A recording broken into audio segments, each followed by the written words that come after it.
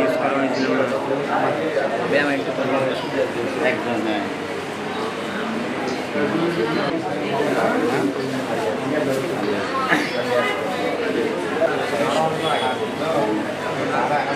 ছেলে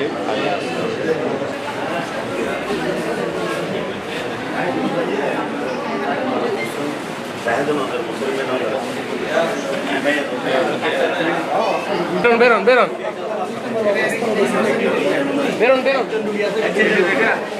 বিশেষ অঞ্চলে এটা হয় সেই জন্য একটা কাজ হয় এবং এটা টার্ন ওভার অনেক বেশি। আপনারা দেখবেন যে অন্য ইন্ডাস্ট্রিগুলোতেও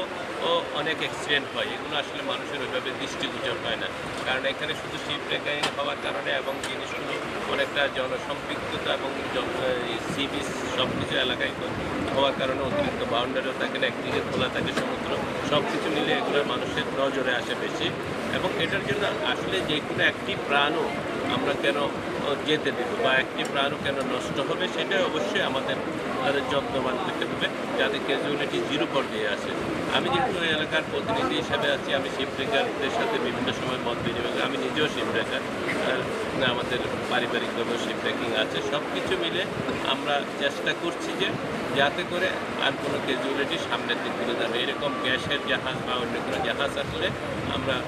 এখন অনেক পদক্ষেপ নেওয়া হয়, এখনও 1 মাস পরে কাটিংটা শুরু হয়, আসলে 1 মাস 2 মাস পরে, কিন্তু এরপরও মানুষ যেহেতু লিকেজগুলো থেকে যায়, আমরা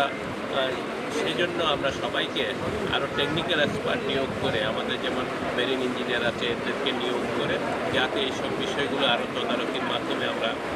করতে পারে, সেই জন্য আমরা শিপ ব্রেকার সবাইকে আমরা অনুরোধ জানাবো এবং টেকনিক্যাল টিম এই হিসাবে কাজ করবে সামনের দিনগুলোতে। এইসব সমস্যাগুলো আর থাকবে বলে আমার মনে হয় না, আরও কমে যাবে। এটা একটা নিচক দুর্ঘটনা বলতে পারেন আসলে, যেগুলা মাঝে মাঝে ঘটে যায় আসলে।